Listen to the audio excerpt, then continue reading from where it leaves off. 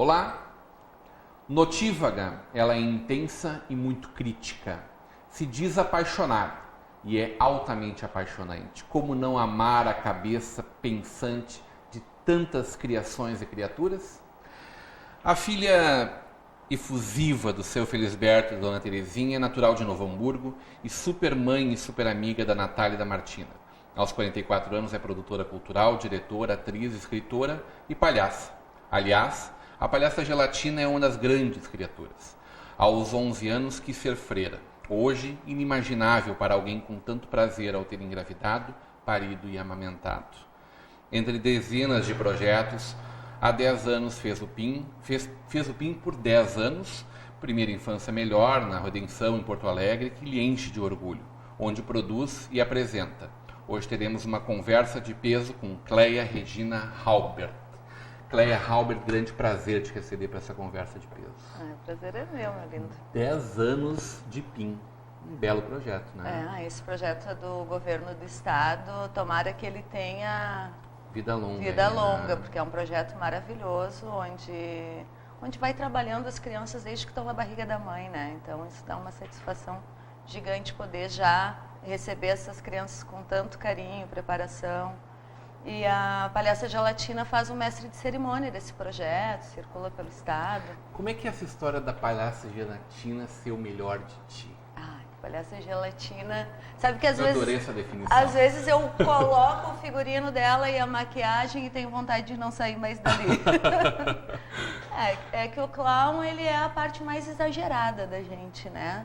Talvez é melhor, talvez é pior, não sei. Mas eu acho que a gelatina vem pra fora o que eu tenho de melhor, sem papas na língua, com direito a colocar um pouquinho de cada coisa, né? E tu estava me dizendo que isso vem lá da infância. Vem da infância. Eu, quando eu era pequena, muito maluca, apaixonada pelo Sítio do Pica-Pau Amarelo, os livros do Monteiro Lobato. E normalmente eu não me identificava com a Narizinho, com personagens, mas assim, sempre eram as maluquinhas, né? E a Emília era uma coisa que me enlouquecia. Então, quando eu tinha algum problema, eu jurava, Rodrigo, que eu era a Emília, que eu tinha pó de pirlim-pim-pim, que eu podia fazer de conta que eu ia desaparecer. Viva Monteiro Lobato. Não, eu acreditava tanto naquilo para resolver os meus problemas que eu tinha, né? Eu acho que resolvia, de certa forma, né? Porque eu ficava naquele mundo lúdico, maluco meu, e acho que funcionava. Até que ponto esse mundo era maluco ou esse é o mundo real? O mundo não... real não é aquilo que a gente cria, dona Cléia. Eu acho, sabe o que eu costumo dizer, principalmente em função das relações da gente, né? Que os melhores amores são os platônicos. E o teu mundo é cheio de relações das mais doidas, das né? Mais malucas. E tu convive com gente de tudo que é tipo, de tudo que é raça. Eu sou apaixonada por gente. Caleidoscópio é a nossa cultura.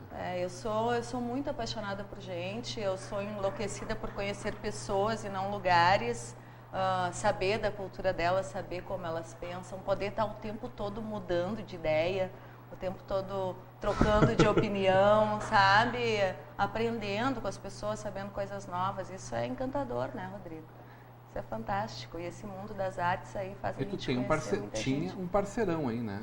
Teu pai te ajudava muito a esse sem fim de possibilidades. O meu pai era uma pessoa muito simples, muito humilde. Teve padaria, panificadora, 18 anos da vida dele.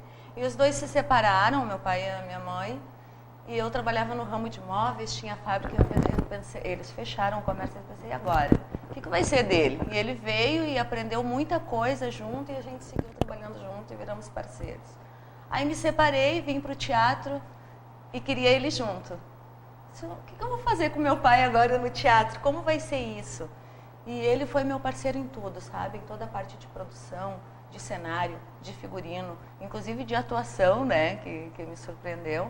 E estava lá sempre junto, né? Depois, quando ele faleceu, parece que eu tinha perdido os 2 braços, assim. Esse falecimento foi muito duro para ti, né? Foi dolorido. Foi uma situação demais, que eu não consigo imaginar ela para mais ninguém, sabe, Rodrigo? É uma coisa que fez eu começar a encarar a morte de uma maneira muito diferente. Meu pai teve câncer de laringe, que é uma situação que não tem explicação para convívio, a pessoa não come mais, não respira mais pelo nariz. Essa parte superior não funciona mais. E tá ali convivendo contigo totalmente consciente até os últimos dias. E ele era um pedaço de mim, sabe? E depois que ele morreu, eu fiquei desejando que a morte fosse breve para as pessoas. Fosse a qualquer idade, mas que fosse breve e que fosse digna. Então, fez eu mudar um pouquinho a maneira de ver as coisas. Passei muita saudade em cada coisa que eu fazia na minha vida, porque ele estava sempre ali, como se fosse uma sombra, né? E a gente, de fato, não supera, aprende a viver sem a presença. Não, a gente não supera isso. Fazem 9 anos e eu não supero. A gente só sabe que não vai mais ter. A gente sabe que não vai mais ter e tenta se conformar. Eu não tenho nenhuma religião assim que eu pratique, mas eu estou sempre aprendendo com as pessoas, com a religião delas, e acho que a gente tem que crer em alguma coisa depois, senão não tem significado nenhum, né, Rodrigo? Senão fica uma coisa maluca. Saber que tu não vai mais ver essas pessoas é impossível. Há uns 11 anos, a senhora chegou a pensar em ser freira? Que história maluca é essa? Quando falou, uma história maluquinha, eu disse, bom, nada que nos surpreenda, na verdade, a gente conhece um pouco da Cleia. Mas daí a ser freira é uma grande novidade para mim. Eu estudei em colégio de freiras, desde a 2ª série. Lá eu conheci uma pessoa fabulosa, que é a irmã Bernadette. E ela tocava, ela cantava, ela dançava, ela fazia teatro. Eu era muito tímida, saía da sala de aula, sentava num banquinho na frente da sala e não conversava com ninguém, não me comunicava. E ali ela achou um caminho para que eu me comunicasse. E eu tinha uma desenvoltura para me apresentar para todas as pessoas da escola, mas para conversar com as pessoas assim eu não tinha, né? E eu era apaixonada por ela. Depois eu fiz a primeira comunhão, eu vivia dentro da igreja, eu vivia com ela, e quando eu fui mudar de escola, e agora? Como vai ser isso, né? Porque ela que me conduzia para tudo. Aí eu quis ser freira. Meu pai enlouqueceu, né? Minha mãe ficou louca, eu queria continuar lá. E eu estava muito envolvida também com toda a questão de religião junto, e era uma coisa que eu adorava. Mas hoje eu percebo que ou eu teria sido uma freira muito maluca, teria revolucionado o convento, mas eu percebo que isso me auxilia muito nos trabalhos que eu faço hoje, né? Eu gosto, esse trabalho de Natal eu entro numa pesquisa mais profunda por ter tido toda essa base. E acho que eu estava encantada era com a arte mesmo, sabe? Muito mais do que com a religião. Ela foi, na verdade, quem abriu janelas para ti. Acho que é ela que me apresentou esse universo, assim. Mas tu chegou depois disso a ficar um bom tempo afastada das artes. Né? Daí eu, na minha adolescência, namorei, casei com o pai da Natália, que é o Elton Halbert, que é o sobrenome que eu uso. E depois de um tempo namorando ele, é toda aquela situação de ciúme e tal, né? Porque o pessoal do teatro é tudo maluquinho, as pessoas têm uma dificuldade de entender, né? Ele não era do meio, e eu acabei saindo e fiquei afastada. Mas não assistindo sempre, indo aos festivais, assistindo espetáculos de teatro, conversando com as pessoas também. Mas do outro lado, sempre como público. E aos 29 a senhora retorna. Eu retornei. Eu me separei uma semana depois. Eu já estava fazendo teatro. Eita, Lelê. E um mês depois eu estava fazendo um espetáculo nua, minha mãe enlouquecida. Mas o que deu na cabeça dessa guria? Daí foi. E ali tu encontrou outro amor? Depois. Ou vários amores? Muito tempo, uns 6 anos depois, eu conheci o pai da Martina Hegel, que é o Alex Hegel, que era um grande ator. Que é um ator maravilhoso, fantástico. Eu aprendi muita coisa junto com o Alex. A gente fez. Foram 3 anos intensos, assim. Uma separação complicada e difícil, mas o que se viveu nesses 3 anos foi fantástico, assim.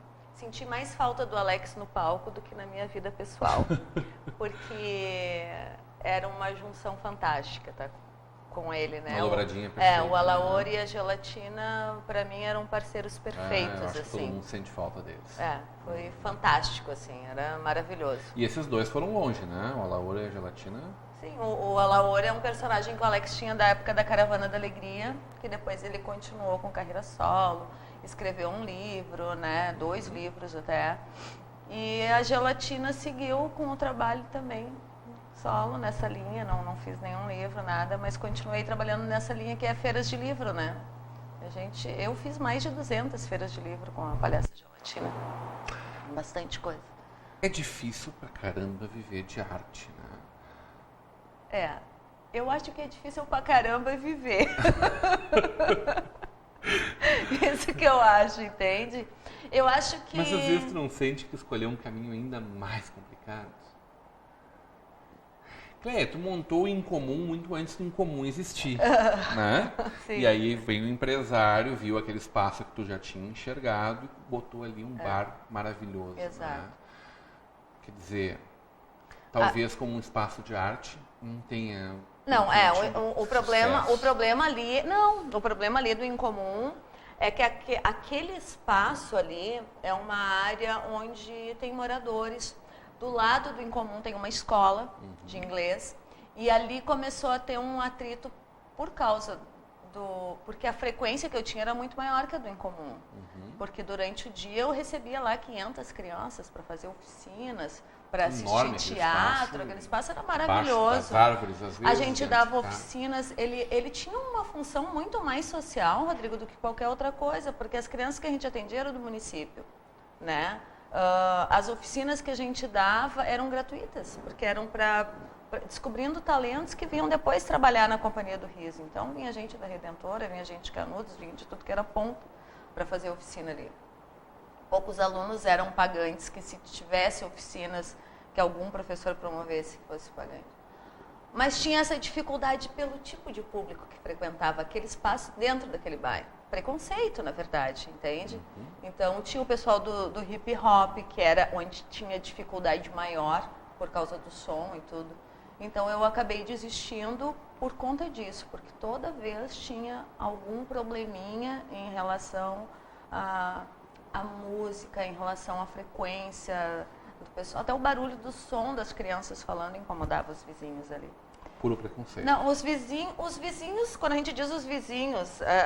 talvez é um ou dois. Sim, não é todo mundo. Não, claro que não. Porque muita gente prestigiava o espaço ali. A gente fazia ações de Natal, Dia da Criança, Páscoa. Fizemos a Toca do Coelho naquele espaço de baixo, que é maravilhoso da casa. Uma casa gigante ali, né? Com uma área. Fiquei triste que cortaram as nossas árvores, que eu me agarrava nelas. Tinha uma moreira que caiu, Rodrigo, uma moreira linda. Ela caiu e continuou, então ela fez uma toca ali dentro. Quando as crianças iam para lá, eu fazia avó coelho, dentro dessa toca cabia 60 crianças ali dentro, era uma coisa louca, sabe? Eles adoravam aquele espaço lá, eu amava, tenho muita saudade dali. Vítima do preconceito também? Sempre, né? Artista sempre é vítima de preconceito. Mas como tu disse, maluquinho? Mas sabe o que eu acho a respeito disso? Eu sempre digo para as pessoas que a melhor coisa é a gente criar fama, sabe? Seja lá do que for. Porque depois é só deitar na cama, né, Rodrigo? Porque a maior dificuldade das pessoas... eu não vou fazer porque as pessoas vão falar. Que coisa boa quando elas falam antes, né? Já abrem portas para a gente sair fazendo o que a gente quiser. Quero saber do trabalho com o Caburé, que é uma outra história maravilhosa, e como é que está a Companhia do Riso, quais são os projetos que tem aí para o futuro. Mas isso logo depois do nosso intervalo. Hoje numa conversa de peso com Cleia Halber.